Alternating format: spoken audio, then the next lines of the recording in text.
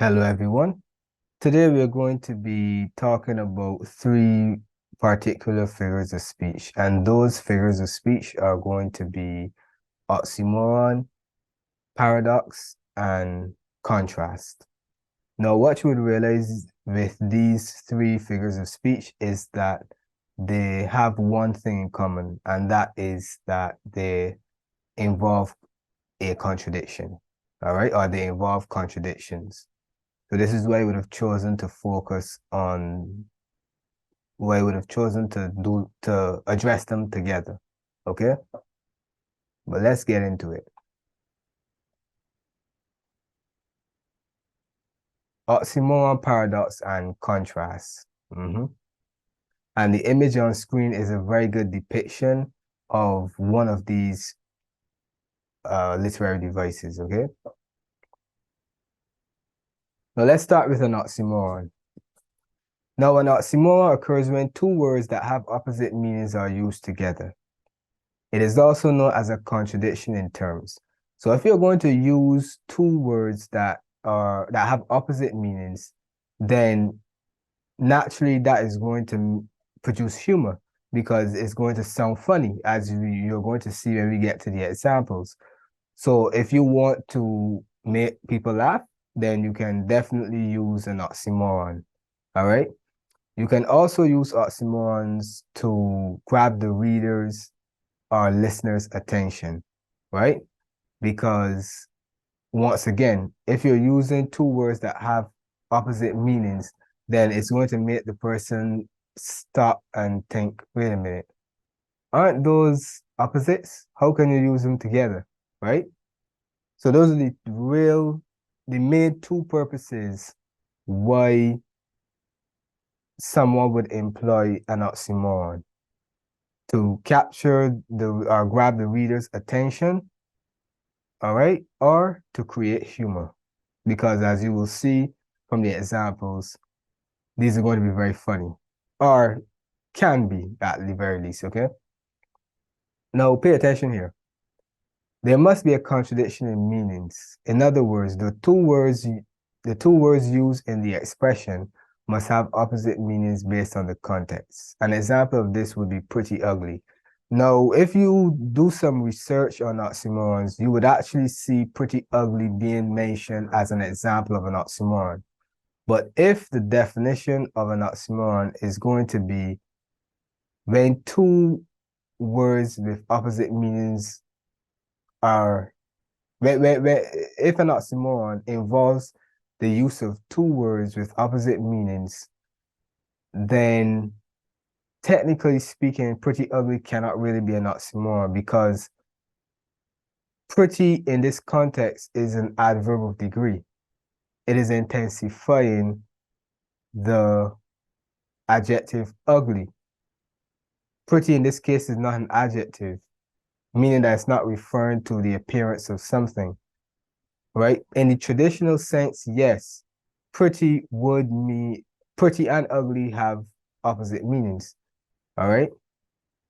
But if we're talking about the context of pretty ugly, whenever we use pretty ugly, we actually use pretty as an adverb. So we're not talking about beautiful. So if we go based on the definition of an oxymoron, then technically these can't pretty ugly cannot be an oxymoron. Based on the definition, it can't be. But you will see it mentioned as an example of an oxymoron wherever you conduct your research, right? But for me, I would say I would not consider it as an oxymoron because the meanings have to be contradictory. And when we use pretty ugly, the meanings are not contradictory. Pretty is indeed an adverb. All right. So people may disagree with me, but that's just my opinion based on the definition of an oxymoron. All right. Now let's look at some examples. She is passive aggressive. There was a small crowd and I am in a minor crisis. Now, She is passive aggressive. Passive and aggressive are opposites. All right. And if someone is passive, that means that they're not aggressive. And if someone is aggressive, that means they're not passive. So when you use the two together, you create an oxymoron. All right. So passive aggressive behavior would be when you're like aggressive but indirectly. You're not directly aggressive, right? So you are not the type of person who will go and scold someone or what have you. You may ignore them, right? So that would be an example of passive aggressive behavior. You would ignore them, right? Rather than going up to them and confronting them or maybe scolding them, you may ignore them, what we would call the apply the silent treatment. So that would be an example of passive aggressive behavior.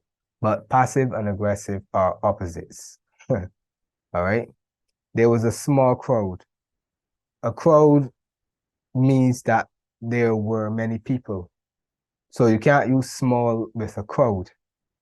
So small and crowd, the meanings are different. They're opposites. A crowd cannot be small. You can't have a small crowd. All right. So that would be an example of an oxymoron. I am in a minor crisis. What do you mean? A crisis means that it is something serious. So it can't be minor. So you see, all of these examples would either make you laugh or it would grab your attention. It would make you stop and think for a second. All right. So that's the purpose of an oxymoron. All right. Or those are the purposes of an oxymoron. All right. Now, a paradox. Now, a paradox is actually very similar to an oxymoron, as you are going to see shortly. So a paradox is a seemingly absurd or contradictory statement that may prove to be true or well-founded.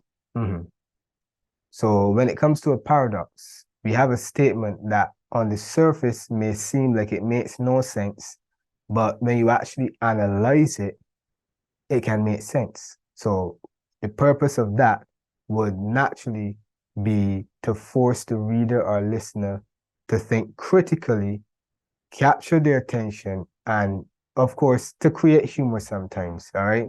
Because it will sound like it makes no sense. You're going to be like, what? How can A be true, A and B be true at the same time, all right? So it almost sounds as though there are faults in logic, right? That the two situations cannot coexist, all right? But the difference between a paradox and an oxymoron is that an oxymoron will occur within two terms, whereas a paradox occurs within an entire statement. So an oxymoron is going to be a contradiction in terms, in two terms, whereas a paradox is going to be a contradiction within a statement.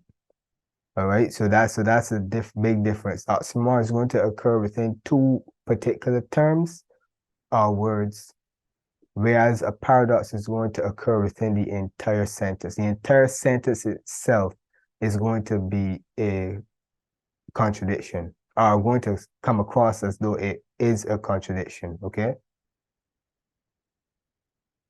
Now let's look at some examples. Less is more. This is the beginning of the end, and the only constant is change. Now, if you look at these statements, on the surface, you may say they make no sense. They are contradictory. But if you think about it, less is more. That can be true depending on the context. All right? The less you do something, the more of a good result you will get. All right? So the less you drink alcohol, the longer you will live. So less in that case is more. It's just that if we apply these generally, they may make no sense. But if we think about certain situations, they actually make sense. Less is more. If you drink less, you will live longer. So in that case, less is more, right? This is the beginning of the end. Once again, that sounds like a contradiction because the end is the end. So you can't have a beginning of the end. But yes, you can have the beginning of the end because let's say you're talking about a movie. Let's say the ending of a movie is lasts a little bit of time, and you say this is the beginning of the end. This means that the end, whatever that is, has just started. So you can say that this is the beginning of the end, right? Even though it sounds like it makes no sense, but it actually does. All right. And the only constant is change. Once again, that sounds like it's crazy. Like only constant is change. What you mean? Change means that it's not constant, right? So this is why it sounds like a contradiction because think about it. The only constant is change.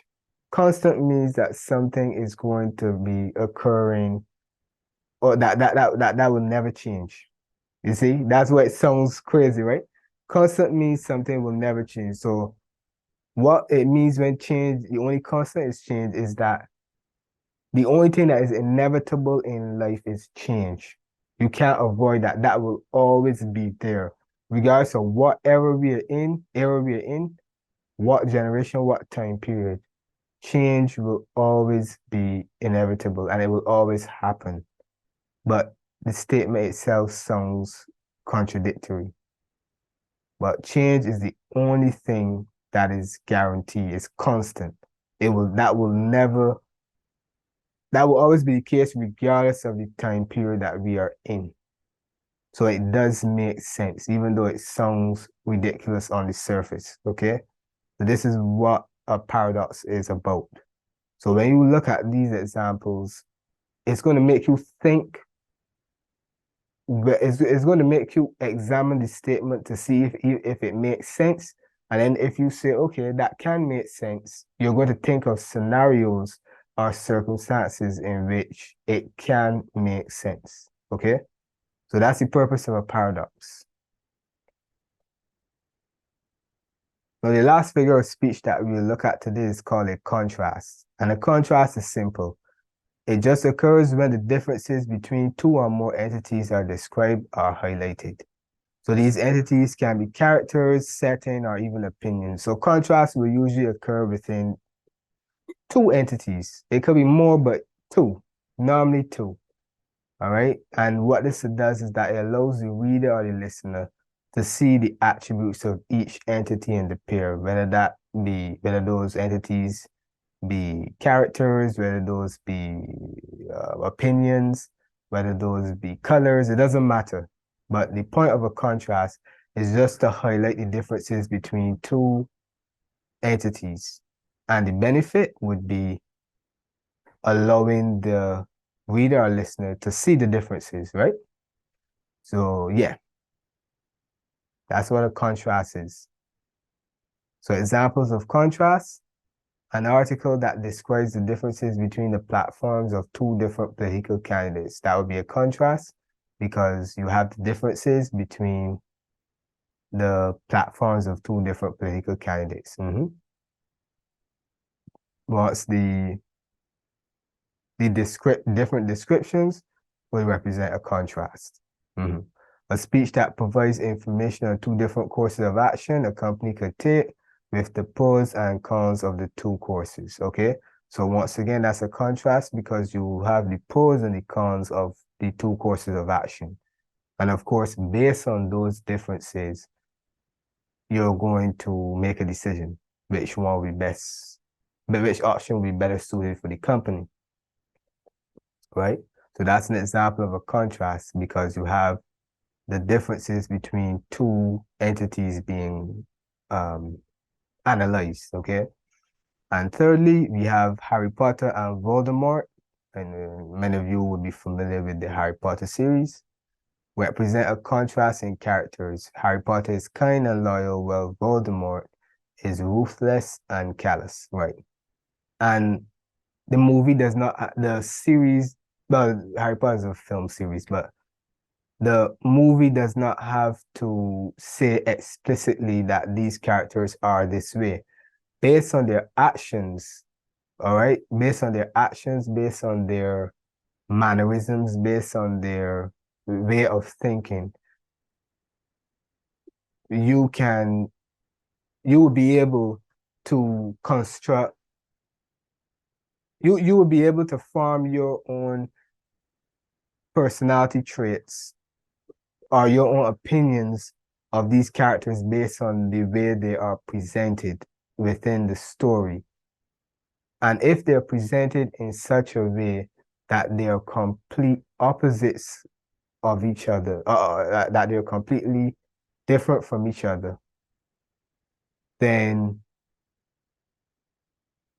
what that would mean is that that would be a contrast. Because in order for it to be a contrast, these characters have to be so different that that they are constantly being that they're constantly being placed against each other to be analyzed. All right. So that's what a contrast would be in the context of a film or what have you, right? There are two characters that are presented in different ways, right? So the audience would be able to see the differences between these characters based on the way they behave, where they interact with others, and the way based on their thoughts, etc., right? So that would be an example of a contrast within a story, okay? And these are two of the main characters, by the way. The one is the antagonist, and one is the protagonist, Harry Potter, and the antagonist would be Voldemort. So these are main characters, right? These are not just any characters, because obviously, if these are main characters, then the authors would want you to be able to see that these characters are different, right?